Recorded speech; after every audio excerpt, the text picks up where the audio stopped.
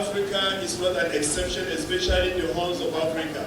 And that is why IGAD, Intergovernmental Authority on Development, was set up to deal with climate change and drought on the horns of Africa.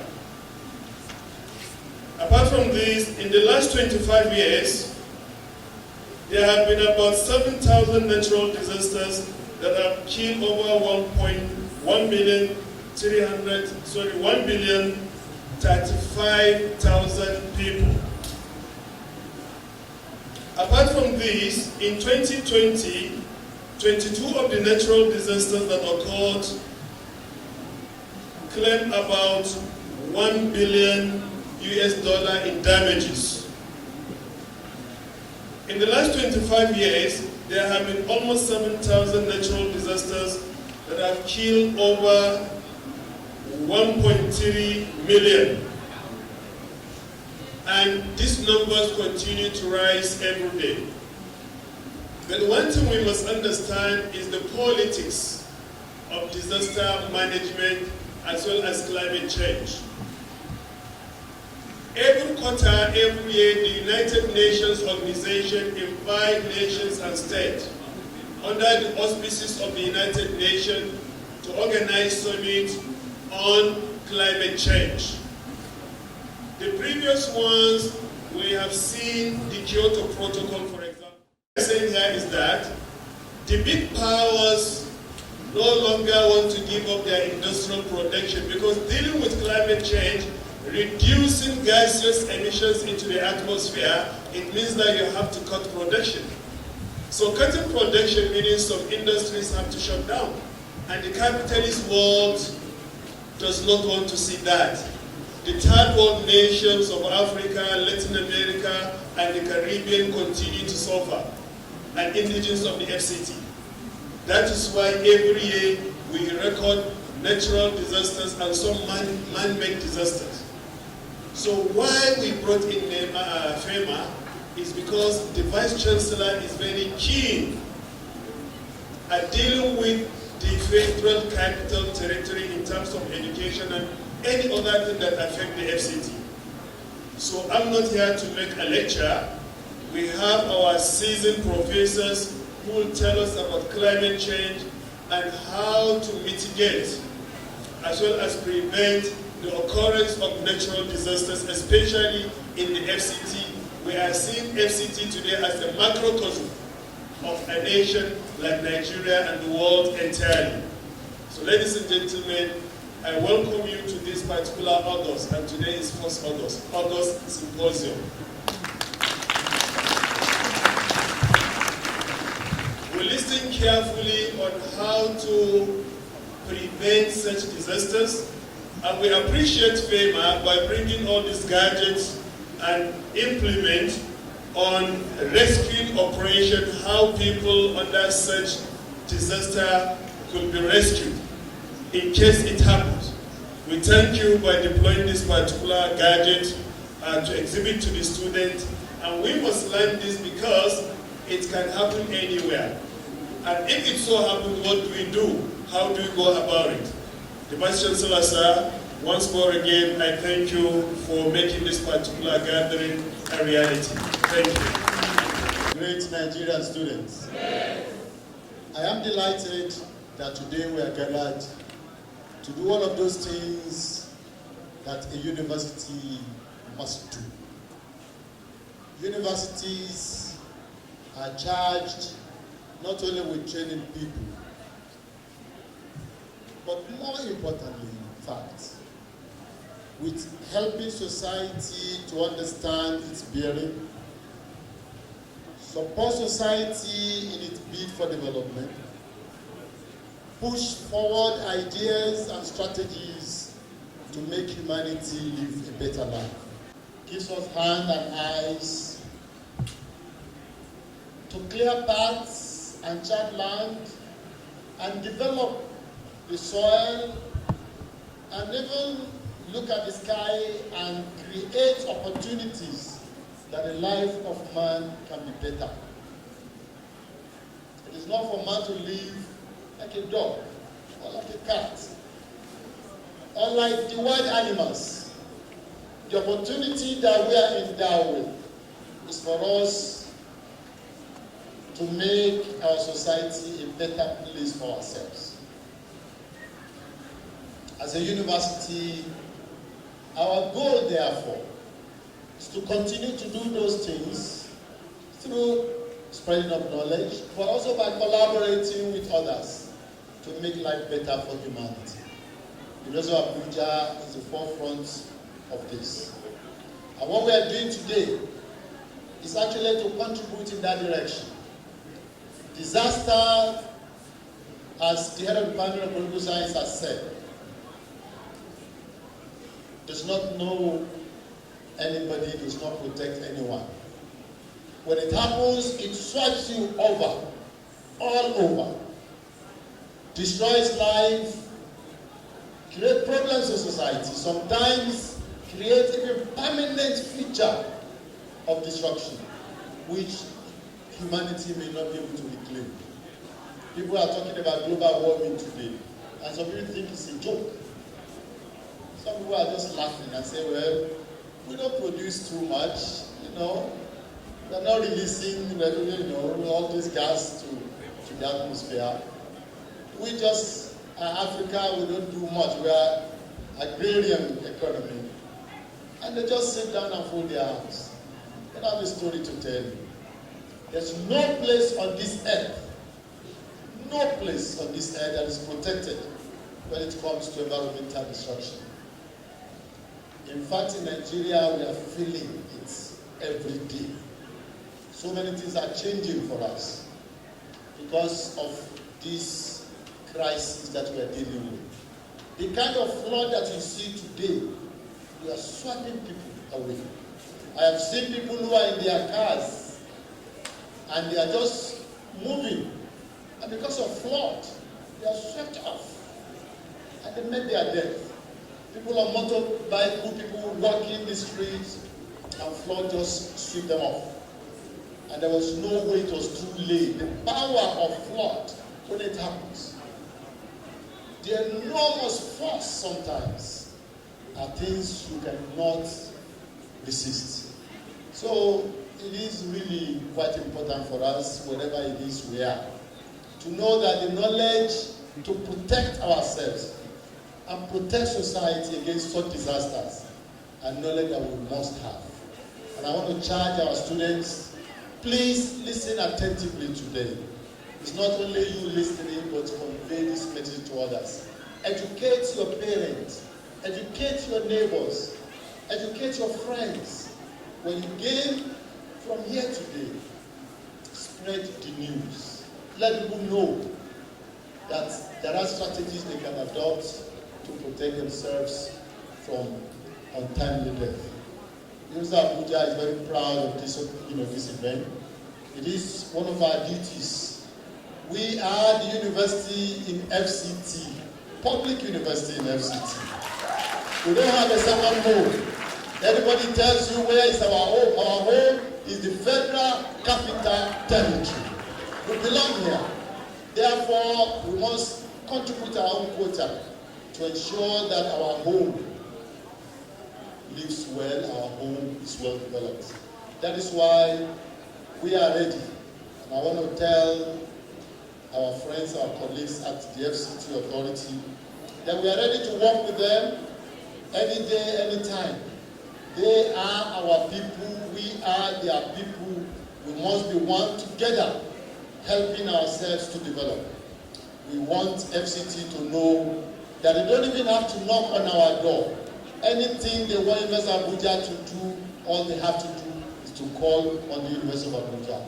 We are very proud of what they do, and we are always ready to show that we belong to them, just as they belong to the University of Abuja. Permit me to express my deepest gratitude to the chairman of this occasion, who is the FCT Permanent Secretary, heavily represented by Alhaji Abdulrazak, for making out time with his busy schedule to grace this very important event. My special gratitude also goes to our chief host, the Vice Chancellor, Professor Abdulrashid Naala, and his management team for the hand of friendship extended to FEMA to collaborate in seeking far-reaching solutions to the natural and human-induced threats to lives and property in the Federal Capital Territory. The aim of this symposium is to sensitize the university community as well as the neighboring community so that they know the importance of climate change and also what they should do and what they shouldn't do when it happens. We also teach you what we should do in case before any disaster like flood, before flooding, during the flooding, and after the flooding. All the three stages, they have their own consequences. So we need to know. And the media are good in doing that. They are helping us also in propagating the toll-free emergency number. Who knows the 3-digit toll-free emergency number? No, if you know, raise up your hand. There is an award for that. If you know the toll-free emergency number in Abuja. Yes? Say it loud. 112. You have an award. You will receive it. 112 is the toll-free emergency number that we are appealing to all of you to put it on your phone. And those of you who are having children at home, you should also teach your children 112 toll-free emergency number. It works 24/7. You don't need network. You don't need recharge on your phone. You don't even need SIM card. If you have brand new phone, put the battery and see what it will show you that emergency calls only. So when you dial 112, it will go to our exchange and it will be answered 24/7. It is easier than dialing 10 or 11 number digit. Keep clapping, keep clapping, keep clapping, keep clapping. That's why we say pay attention when people speak. And you know your Vice Chancellor is a rare gem. He always comes to surprises.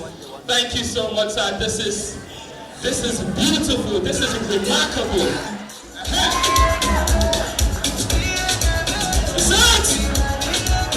Okay now.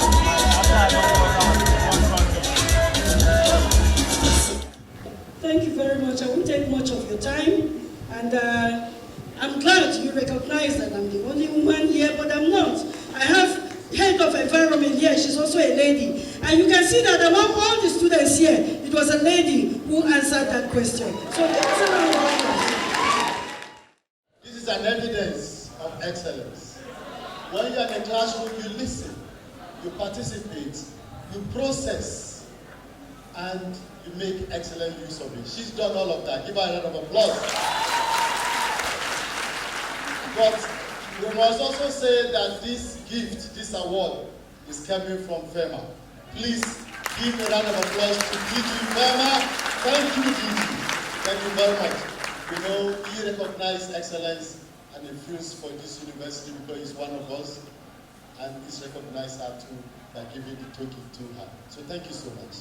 When you actually sensitize people, so from among you, FEMA would like to work with us, especially you who are here, and I want those who have written their names to serve as disaster marshals who will carry out such sensitization. I want them to stand up, please. Let me see you. From 400 level, 300 level, 200 level, 100 level. Let me see you stand up. I want to also inform you that today we are going to also unveil one of the critical aspects of our job for those who are going to support us, that is the disaster marshals. We are going to inaugurate the disaster marshals, and it's going to be amongst you. The disaster marshal will carry out roles even when we are not here. You are all in all your classrooms. You will handle that responsibilities. When there is any crisis, you should be able to also coordinate your students, fellow students. We are going to train you, give you all the wherewithal, and be part of FEMA wherever you are. You carry the flag. Even when you get back to your home, your villages, you still preach the gospel of safety. That disaster management is not a one-man affair.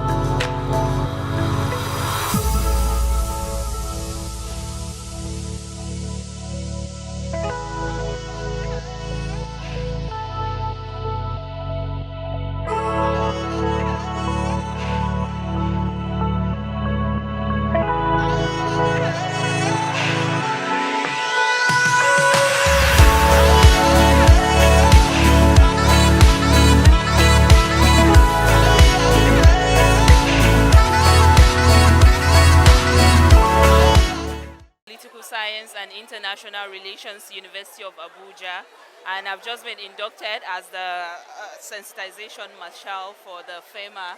Actually, I've actually learned a lot because it has to do with risk management and disaster management. So they've actually given us this awareness on how to manage disasters and how to even avoid them with early warnings, and how to improve to take home and also inform our loved ones and our close people, to tell them on what to do and how to avoid all these disasters at all costs.